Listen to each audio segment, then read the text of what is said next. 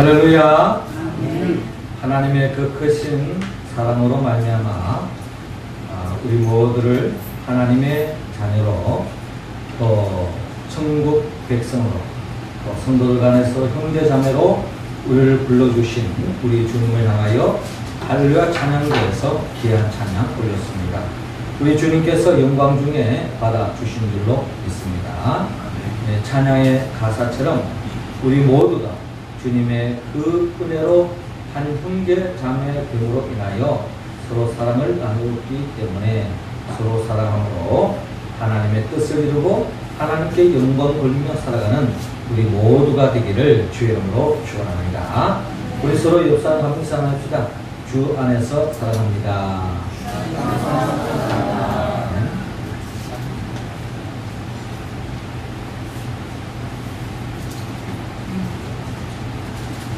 예, 어떤 분이 어떻게 하면 천국에 들어갈 수 있는가라고 하는 그런 질문에 답을 합니다. 그 답은 의외로 간단했습니다. 천국에 들어가려면 먼저 천국 문 앞에 간다는 거예요. 그래서 천국에 들어가면 아무나 들어갈 수 있는 게 아니기 때문에 일단 문 앞에서 왔다 갔다 한다는 거예요. 그러면은 천국에 이미 들어가 있는 성도들이 그냥 들락날락 하지 말고 들어오려면 들어오고 나가려면 나가라 라고 이야기한다는 겁니다. 그때 잽싸게 들어가면 천국에 들어갈 수 있다라고 하는 그런 우스갯 이야기를 한 바가 있습니다. 그저 우스갯 이야기가 불과한 거죠. 천국은 우리 모두가 갈망합니다. 천국에 들어가기를 원합니다.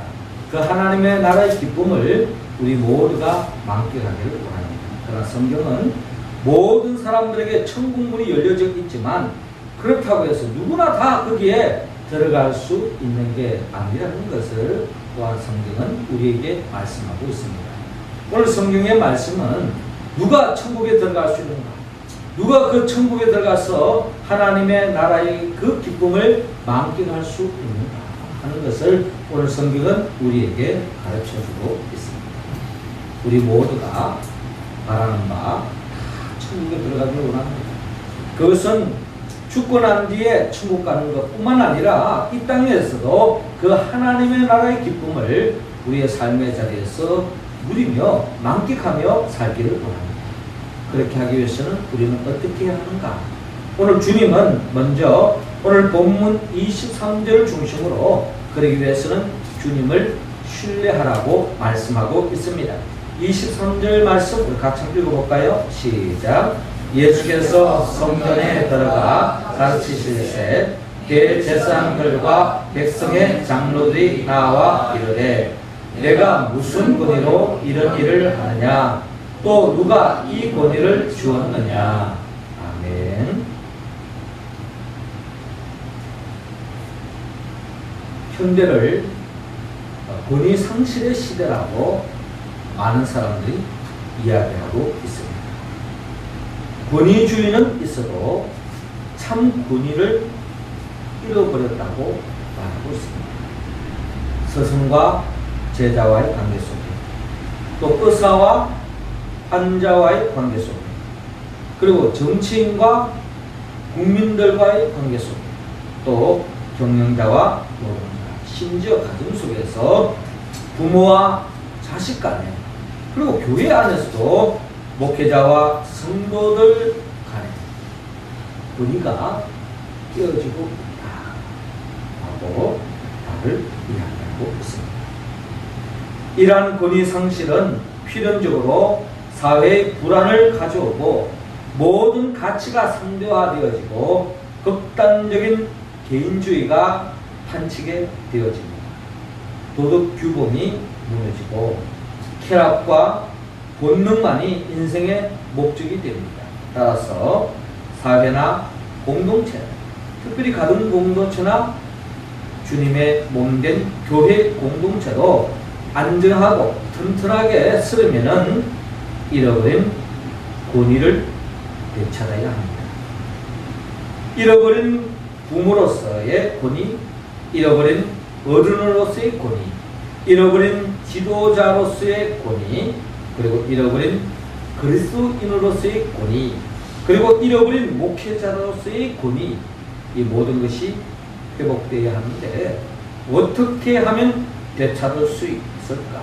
우리는 고민하고 되찾기 위하여, 회복하기 위하여 부단히 노력하고 기도하며 힘써야 할 것입니다. 하지만 아무리 하나님이 주신 영적 권위를 가지고 하나님의 아들로서 말씀이 육신이 되어 예수님이 이 땅에 오셨지만 그 권위를 인정하지 않고 신뢰하지 않는 자에게는 아무런 소용이 없다 하는 것입니다. 참으로 불행한 일이요, 슬픈 일이죠. 오늘 성경 본문에 보면은 바로 예수님의 권위를 인정하지 않는 사람들이 있는데 그 사람들이 일명 하나님을 잘 믿는다라고 이야기했던 대제사장들과 백성의 장로들이었습니다. 모든 사람들의 모범이 되어지고 모든 사람들이 그들이 참으로 흠모할 만한 영적으로나 또 사회적으로나 또 세상적으로나 모든 면에 있어서 모범이 될 만한 대제사장과 백성들의 장로들이었지만 그들은 의외로 주님의 하나님의 아들로 오신 그 예수님의 권위를 인정하지 않고 있는 모습을 오늘 성경은 우리에게 보여주고 있습니다. 예수님께 질문하죠. 내가 무슨 권세로 이런 일을 하느냐? 네가 무슨 권세로 이런 말을 하느냐? 라고 하는 것은 그들이 몰라서 하는 이야기가 아니라 예수님을 믿고 오는 것이 예수님을 저급하게 취급하는 그런 대제사장들과 백성들의 장로들의 속마음을 오늘 우리는 성경을 통하여 헤아려 볼 수 있습니다. 결국 주님의 권위를 인정하지 않고 주님을 전적으로 신뢰하지 않은 그들은 이미 하나님의 나라에서 멀어졌고 결국 주님이 가지고 오신 그 하나님의 그 나라의 기쁨을 누리지 못하고 있는 현실을 오늘 우리는 성경을 통하여서 우리는 엿볼 수 있습니다. 우리나라 선교 초창기에 있었던 일인데요. 동네마다 전염병이 돌기 시작하면서 많은 사람들이 죽게 되었습니다. 최근에 어느 책을 보니까 어떤 분이 조선시대 때에 많은 사람들이 병으로 죽어가는데 그 중에 제일 많이 죽은 것이 전염병이었다.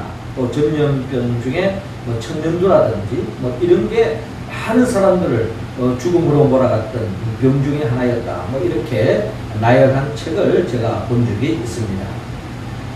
그 당시 미국 선교사들 우리나라 올 때도 뭐 조선시대 말기잖아요. 그러다 보니 그런 속에도 많은 사람들이 병으로 인하여 특별히 전염병으로 인하여 어려움을 겪고 있는데 마침 페니실린이라고 하는 약이 선교사들에 의해서 한국에 들어오게 되어졌습니다.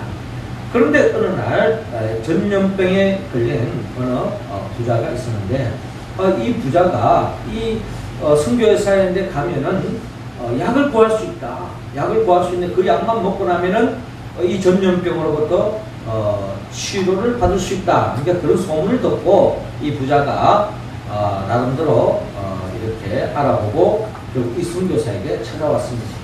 좋은 약을 좀 이렇게 처방해 달라고 좀 좋은 약을 좀 구했으면 좋겠다라고 이야기했을 때에 이 선교사님께서 이 약은 최근에 발명된 것으로서 아주 좋은 약이니까 이 약만 먹으면 아마 그 병은 반드시 나을 겁니다 라고 처방하면서 약을 건네어 주었습니다. 그런데 이제 이 사람이 생각하기에 보통 죽을 수밖에 없는 병에 걸린 사람 약을 구하면 그 약이 뭐 어떤 대가를 지불하고서라도 살 의향이 있지 않겠습니까? 그죠? 사람을 상 죽어가는데 그 약만 먹으면 낫는다면 뭐 전 재산을 팔아서라도 살 수 있는 의향이 없지 않아 있는데 또 좋은 약은 비쌀 것으로 생각했는데 의외로 선교사님이 주는 겁니다. 그러면서 하는 말이 이 얼마입니까? 라고 물었더니 그냥 드립니다 라고 이야기합니다. 그냥 드립니다. 근데 이 사람의 상식으로는 이해가 되지 않습니다. 정말 좋은 약이면 당장 값비싸게 팔아야 될 건데 왜 공짜로 무료로 주느냐라고 생각하면서 이 사람이 이 약은 별로 이렇게 효력이 없는가 보다 생각하면서 결국은 땅에다가 버리고 밟고 갔다라고는 그런 웃지 못할 이야기가 있습니다. 참 어처구니없는 일이 벌어진 거죠. 아마 그 사람 생각에는 이렇게 죽어가는 사람이 살리는 약은 정말 귀한 약이기 때문에 정말 값비싸야만이 그 약이 효력이 있을 것이라고 생각했던 것 같습니다. 그러니까 의외로 무료로 공짜로 준다 하니까 그 약을 우습게 생각하는 거죠. 이런 이야기를 들어보면서 결국 우리 성경 속에 주님이 이 땅에 하나님의 아들로서 우리 모두에게 영원한 생명을 천국의 기쁨을 안겨주기 위하여 이 땅에 오셨지만 그 기쁨을 맛볼 수 있는 길은 아주 쉽습니다. 주님만 믿기만 하면, 영접하기만 하면, 주님만 믿고 따르기만 하면 하나님의 나라가 열리는데도 불구하고 그 주님을 우습게 생각하고 또 그 주님을 신뢰하지 않고 받아들이지 않으므로 하나님의 나라를 차버리는 사람이 많은데 그게 오늘 성경에 등장하는 대제사장들이요, 백성들의 장로들이요, 또 크게 넓혀서 보면은 그 당시에 하나님을 자칭 잘 믿는다라고 이야기하는 윤리적으로 도덕적으로 완벽하게 산다고 생각했던 바리새인과 서기관들의 모습이었다 하는 것입니다. 이러한 모습을 바라보면서 오늘 신앙생활하는 우리들도 자칫 잘못하면 이와 같은 어리석음을 범할 수도 있다는 것입니다. 그러므로 우리가 어떠한 삶의 자리에 있든지 우리를 구원하러 오신 우리 구원자 그 주님을 우리가 전적으로 신뢰하고 그 주님을 영접하고 그 주님의 뜻대로 살아서 주님의 통치함을 입어 이미 시작된 그 하나님의 나라를 맛보며 살아가는 우리 모두가 되기를 주의 이름으로 축원합니다. 이어서 주님은 우리가 하나님의 나라에 들어가기 위해서는 오늘 본문 29절을 중심으로 주님께 회개하라고 말씀하고 있습니다. 자, 29절 말씀 우리 할렐루야 찬양도 읽어주시기 바랍니다. 시작. 대답하여 이르되 아버지 가겠나이다 하더니 가지 아니하고. 아멘. 자, 오늘 성경 본문은 28절에 이렇게 말씀하고 있습니다. 그러나 너희 생각에는 어떠하냐? 어떤 사람이 두 사람이 있는데 맏아들에게 가서 이르되 얘 오늘 포도원에 가서 일하라 라고 먼저 말씀하고 있습니다.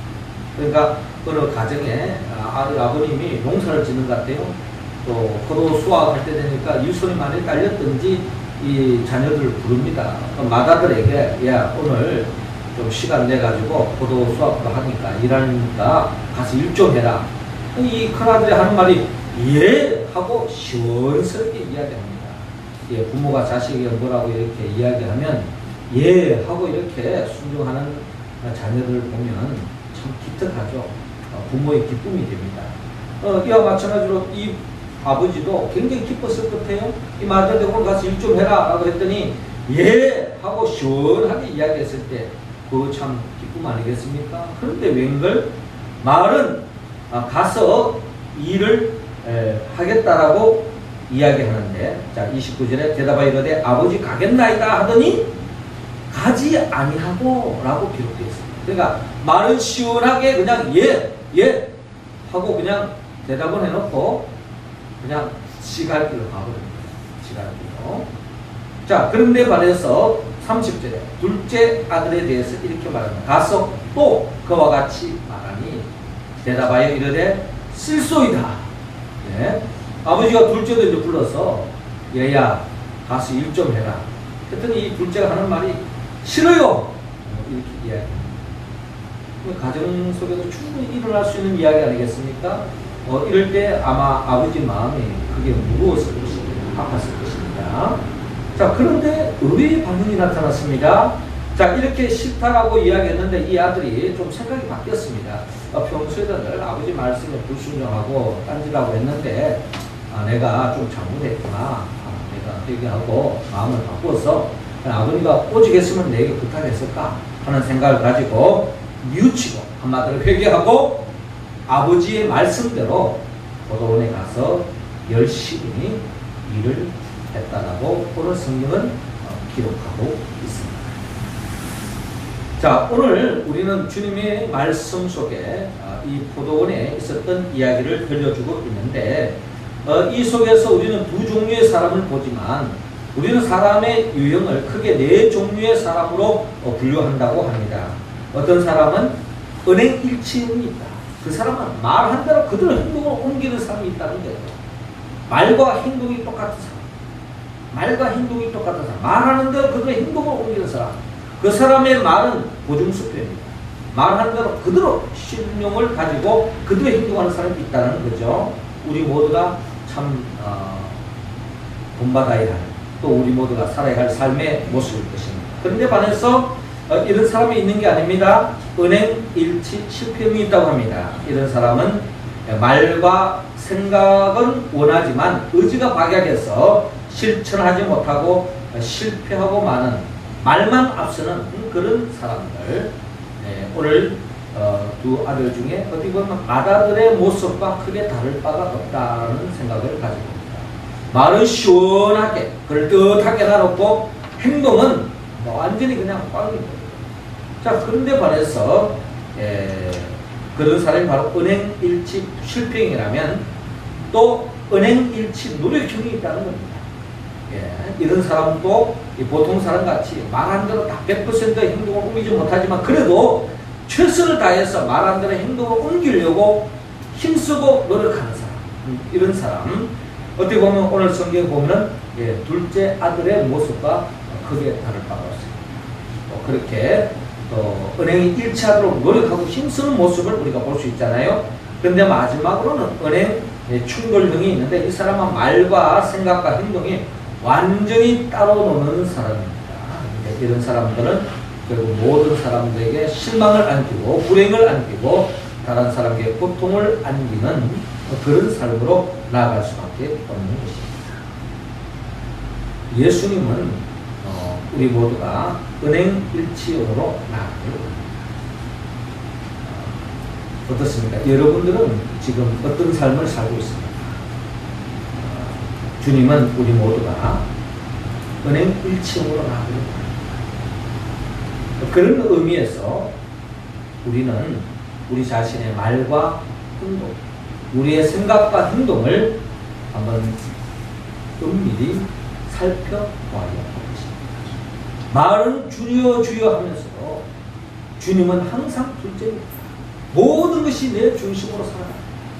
내가 항상 최우선입니다. 모든 것이 내 기준입니다. 내 중심대로 살아가는 사람. 이런 사람은 회개의 대상이 될 것입니다. 독일의 어느 교회 비문에 비석에 이런 글이 새겨져 있었습니다. 너는 나를 주라 하면서도 내 말을 듣지 않는구나. 너는 나를 빛이라 하면서도 나를 보지 않는구나. 너는 나를 길이라 하면서도 그 길을 가지 않는구나. 너는 나를 생명이라 하면서도 얻으려고 하지 않는구나. 너는 나를 전지하다 하면서도 나를 따르지 않는구나. 너는 나를 좋다 하면서도 나를 사랑하지 않는구나. 너는 나를 풍성이라 하면서도 나에게 구하지 않는구나. 너는 나를 영생이라 하면서도 나를 찾지 않는구나. 너는 나를 인자하다 하면서도 내게 의지하지 않는구나. 너는 나를 존귀하다 하면서도 나를 섬기지 않는구나. 너는 나를 공의라고 하면서도 경외하지 않는구나. 마지막으로 이렇게 기록되어 있습니다. 내가 너의 잘못을 정죄해도 나를 나무라지 말거라. 내가 너의 잘못을 정죄해도 나를 나무라지 말거라. 라고 기록합니다. 결국 뭘 이야기합니까? 주님은 회개하라. 우리의 다짐과 우리의 말과 우리의 생각과 우리 행동이 따로 놀아가는 모습, 주님은 아주 그냥 불쾌하게 여기고 있습니다. 삶과 말씀, 말씀과 삶. 하나님의 말씀을 아멘으로 받아들이지만 그 말씀이 우리의 삶으로 연결되지 못한다면 결국 하나님의 말씀을 모독하는 것과 다름이 없다. 주님은 우리 모두가 회개하기를 바랍니다. 여러분, 천국은 누가 들어갑니까?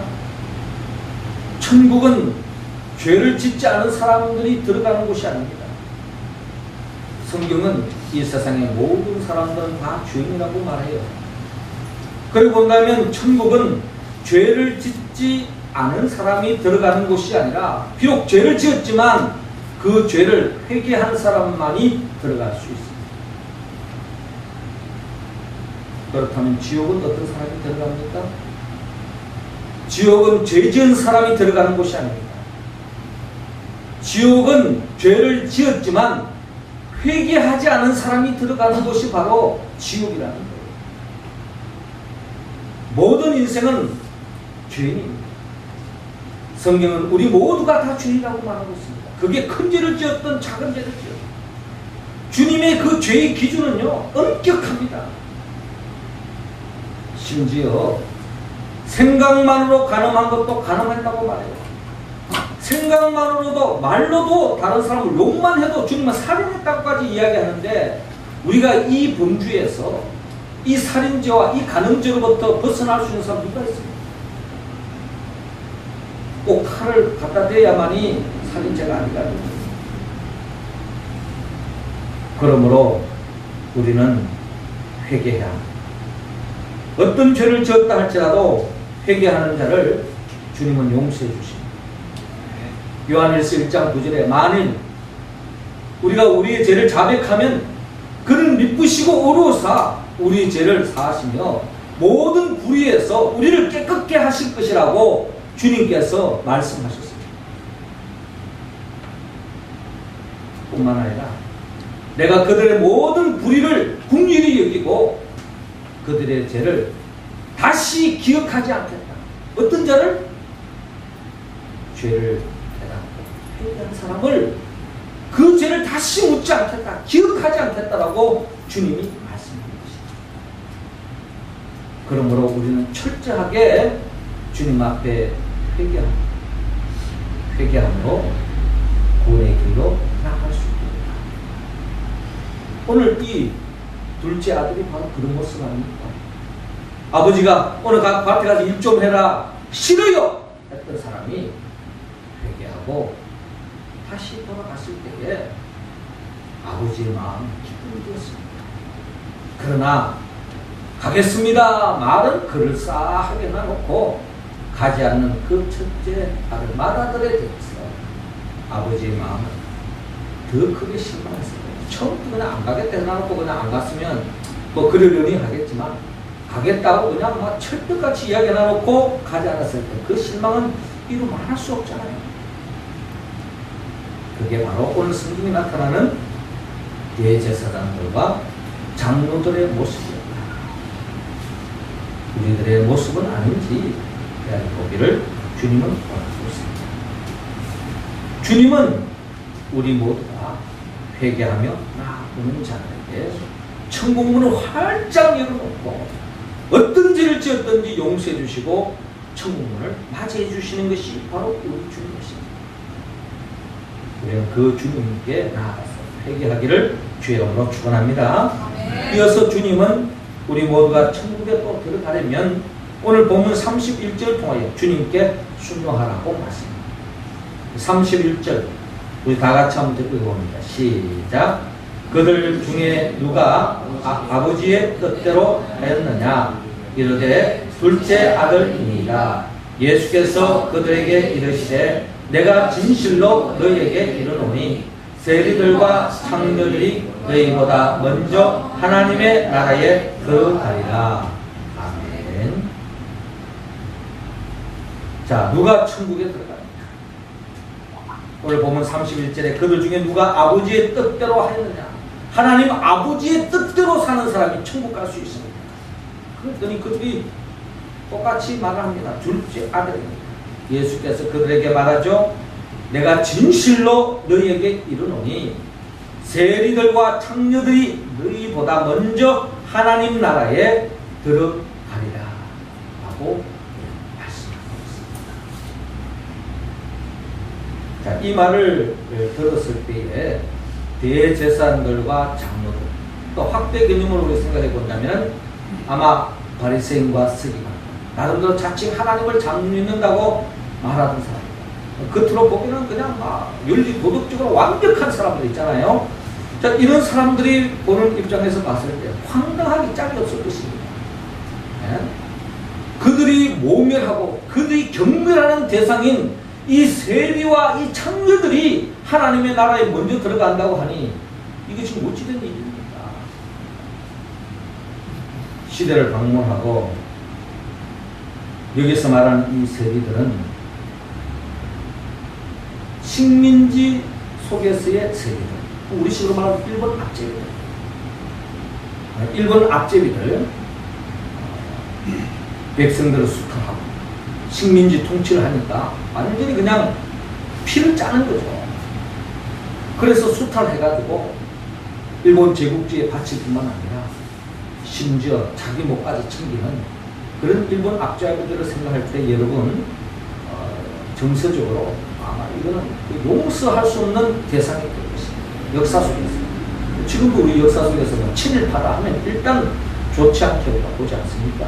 역사의 죄인으로 취급하는 거죠.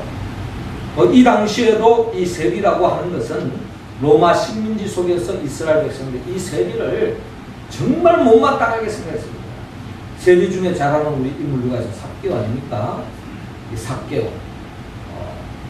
주님은 그 사람을 그냥 있는 모습 그대로 다가가서 또 그가 회개했을 때 받아들였지만은 그 당시 사람들의 평가는 정말 용납할 수 없는 사람이 삭개오였습니다. 자, 그런 삭개오 한마디 돈에 욕심 가지고 있습니다. 사람들이 다 이 마음이 서로 상하는 경우가 이 돈 때문에 마음 상하는 경우가 참 많습니다. 많은 범죄가 또 공직자들 중에도 이제 돈 먹다가 걸려가지고 결통이 나고 이제 이런 것들이 사회적인 큰 범죄 중에 하나죠. 그에 반해서 또 중요한 게 이 성적인 문제예요. 성적인 것.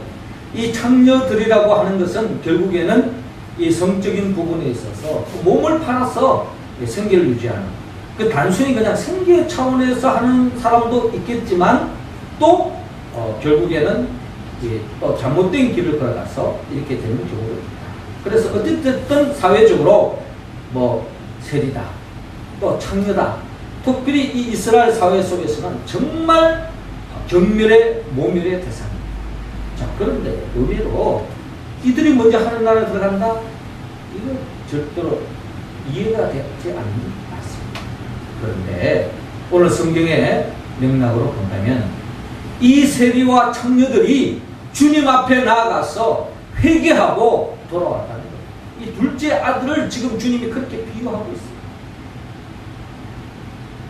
포도원에 가서 일해라 싫어요 했던 것처럼 이렇게 하나님 말씀대로 살아라 했을 때에 그렇게 살지 않았던 세리들과 창녀들이었지만 그들이 주님을 만나고 돌이켜 회개하고 그들이 잘못을 인정하고 주님 앞에 회개하고 돌아왔을 때 그들에게 주님께서 하나님의 나라에 문을 열어주셨다는 거예요. 하나님의 너 먼저 들어갈 수 있도록 길을 열어주셨다는 거예요. 할렐루야. 이게 복음입니다. 그러나 대제사장들과 백성의 장로들은 아마 이거를 받아들이지 못했습니다.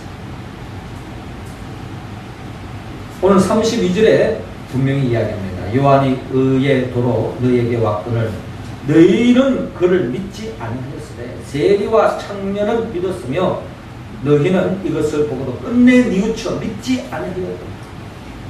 예수님께서 복음 선포의 말씀과 세례요한의 복음 선포의 내용은 동일했습니다. 그게 뭡니까? 회개하라 천국이 가까이 왔다. 회개하는 자에게 천국이 임한다는 거예요. 회개한 자만이 천국에 들어갈 수 있다는 겁니다. 그때에 세리들과 창녀들은 가슴을 치면서 회개하고 주님께로 돌아왔을 때에 그들에게 천국 문이 열렸지만 끝까지 우리는 회개할 것 없다 하고 그만을 떨었던 대제사장들과 백성의 장로들과 바리새인과 서기관들은 결국에는 하나님의 나라에서 멀어지고 말았다. 주님께서 말씀합니다. 이들은 절대로 하나님 나라에 들어가지 못한다. 이렇게 지금 말하는 것이 아니라 먼저 하나님의 나라에 들어가리라 하는 이 말씀은 결국 그들에게도 아직까지도 기회가 열려져 있다는 것을 말씀하는 겁니다. 그렇죠? 네. 너희들은 이제 절대로 천국 못 간다. 세리와 청교도만 들어갈 수 있다. 지금 이게 이야기하는 거다. 너희들도 회개하고 지금이라도 돌이키면 천국에 들어갈 수 있다 하는 가능성을 주님이 열어놓고 계신다. 우리나라에 기독교가 전파된 선교 초창기에 우리 침례교 선교사님으로 우리나라에 오신 말콤 씨 편획 선교사님의 일환입니다. 이 선교사님이 우리나라에 와서 복음을 전가하고 그러다 보니 예수 믿는 사람 한국 사람이 이제 생기면서 그들과 더불어 교회를 세우고 한 나라를 확장해 나가는데 그들에게 성경 공부도 가르치고 하면서도 어느 날 그들에게 따르는 제자들이 할 수 있는 그들에게 한 번은 실물 교육을 시킵니다. 어떤 교육을 시키는가 하니 이 선교사님께서 이 제자들을 불러놔놓고 내가 어디 좀 볼일 보고 올 테니까 지금 여기에 무가 한다고 했지 않느냐. 하나씩 무를 안겨주면서 내가 어디 볼일 보고 올 테니까 저 땅에다가 무를 심어라. 무를 심는데 무 뿌리가 땅으로 가는 게 아니고 하늘을 향하고 잎을 땅에다가 심어라 하고 맡기고 갔습니다. 가서 이제 볼일 보고 왔더니 그 사이에 이 제자들이 아이고 우리 선교사님이 몰라도 한참 모른다. 물을 어떻게 해다가 땅에다 심는데 또 보관하기 위해서 심을 수도 있는데 심으면 무 뿌리를 땅에다가 심고 무 잎을 하늘을 향하게 해야지 어떻게 잎을 땅에다가 넣냐 말도 안 된다 하면서 자기들의 상식대로 결국 무 뿌리를 하늘을 향하게 하지 않고 땅에다가 심었던 것입니다.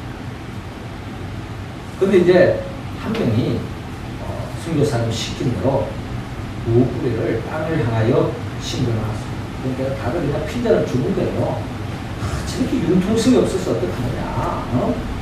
비록 그렇게 말을 했다 할지라도 알아서 해야지 하면서 다들 분위기가 그렇게 되어 있습니다. 그때 이제 선교사님께서 오셨어요. 그러면서 하시는 말씀이 내가 너희들에게 잘못 빌려준 것도 아니고 내가 너희들에게 그렇게 하라고 하는 이유가 있다. 그것은 바로 이제부터 나의 말에 절대적으로 순종해야 된다. 너희들이 순종하지 않으면 같이 하나님의 일을 할 수가 없다. 결국 여기서부터 시작해서 결국 우리가 순종해야 할 대상은 바로 하나님이다.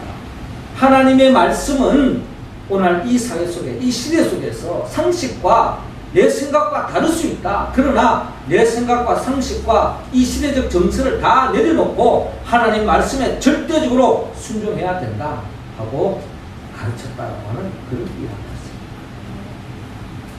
그렇습니다. 하나님의 나라는 내 상식과 내 생각과 내 가치관으로 논하는 것이 아닙니다. 하나님의 나라는 하나님의 말씀 그대로 우리가 아멘으로 받아들이고 그 말씀에 그대로 순종하며 나아가는 자들에 의해서 하나님의 나라가 시작된다. 예수님께서 처음 표적을 일으켰던 가나의 결혼 잔치집에도 물로 포도주를 만들지 않았습니까? 한순간에 어떻게 갑자기 물이 포도주로 변하는 것이 아니라 예수님의 말씀대로 항아리에 물을 채워라. 그 항아리에 물을 떠서 연회장에 갖다 주라. 황당한 말을 그대로 순종하는 가운데 물이 포도주로 변화되어졌다는 것입니다. 상식에 벗어난 일을 했지만 말씀에 그대로 순종하며 나아갔다는 것이죠. 예수님의 제자 베드로가 처음으로 주님으로부터 부름받을 때 그가 밤새도록 그물질을 했지만 고기 한 마리 잡지 못했습니다. 그러나 주님께서 깊은 곳에 가서 그물을 던지라. 어부의 상식으로는 말이 되지 않는 이야기지만 그대로 순종했습니다. 했더니 거기에서 만선의 기쁨을 맛보게 되었습니다. 하나님의 나라는 누가 들어가느냐? 하나님의 나라의 기쁨은 누가 맛보느냐? 그것은 바로 하나님의 말씀에 순종하는 사람에게 그 기쁨이 찾아온다. 하나님의 나라. 이 세상이 그 무엇으로 바꿀 수 없는, 세상이 그 무엇을 얻었다고 그 무엇을 성취했다고 얻을 수 있는 그 기쁨과 비교할 수 없는 하나님이 주시는 절대적인 그 기쁨, 그 감격, 그것은 바로 하나님의 말씀을 철저하게 순종하는 자에게 따라온다. 그러기에 순종이 제사보다 낫다라고 말씀하고 있지 않습니까? 사랑하는 성도 여러분, 로제티라고 하는 분은 순종은 신앙이라는 나무에 달리는 열매다라고 이야기한 바가 있습니다. 순종은 신앙이라고 하는 나무에 달리는 열매다. 주님을 믿는다면 주님의 말씀을 그대로 순종하고 아멘으로 따르는 것입니다. 내 생각과 다르다. 그러나 그 말씀을 따르지 않고 순종하지 않을 때 결국 주님과 멀어질 수밖에 없고 하나님의 나라와 멀어질 수밖에 없다는 것입니다. 그러므로 우리 모두는 주님을 절대적으로 신뢰하고 또 주님으로부터 생각이 다르다면 내가 회개하고 주님의 생각과 그 말씀에 철저하게 순종하며 나아가야 합니다. 그래서 우리가 표현한 것처럼 주님과 같은 말, 주님과 같은 마음, 주님과 같은 뜻, 주님과 같은 열매를 맺을 때에 하나님의 나라가 보게 된다는 것입니다. 사랑하는 성도 여러분, 주님은 우리에게 말씀합니다. 주님을 신뢰하고 회개하고 순종하는 자에게 하나님 나라에 들어갈 수 있고 하나님의 나라의 기쁨을 만끽할 수 있다고 말합니다. 그러나 이 말씀은 우리가 다 아는 말씀입니다. 그럼에도 불구하고 이 말씀은 우리가 성령의 도움을 받지 않고는 이 말씀을 우리는 응답할 수가 없습니다. 성령은 예수님의 영입니다. 나를 위하여 십자가에 못 박혀 죽으시고 나를 위하여 죽은 자 가운데 3일 만에 부활하신 그 예수 그리스도의 영 보혜사 성령의 충만함을 받을 때야만이 우리는 주님의 말씀에 응답할 수 있습니다. 어떤 상황 속에도 주님을 신뢰할 수 있습니다. 영적 권위를 인정할 수 있습니다. 그리고 주님의 말씀을 내 자신이 잘못됐다면 그 순간에 꿇어 엎드려서 회개할 수 있습니다. 그리고 그 말씀에 철저하게 순종할 수 있는 것도 성령이 도와주지 않으면 할 수 없다는 것입니다. 우리 모두가 성령의 충만함을 받았습니다. 하나님이 기뻐하는 그 말씀에 응답하여 우리 모두가 다 천국에 들어가고 천국의 기쁨을 한 주간 아니 이 땅을 살아가는 우리 삶의 여정 속에서 매일 누리며 살아가는 우리 모두가 되기를 주의 이름으로 축원합니다. 기도드리겠습니다. 주 예수 그리스도의 아버지 하나님, 이 시간 우리 모두에게 성령의 기름을 부어 주옵소서. 성령의 도우심으로 우리가 어떠한 상황 속에서 주님을 신뢰하고 주님의 말씀 앞에 내가 잘못된 길을 걸어갔다면 철저히 회개하고 돌이켜서 주의 말씀에 순종함으로 결국 하나님의 나라에 들어가고 하나님의 나라의 기쁨을 일상 속에서 작은 데서부터 누리며 전파하며 살아가는 우리 모두가 되게 하여 주옵소서. 예수님의 이름으로 기도드리옵나이다. 아멘.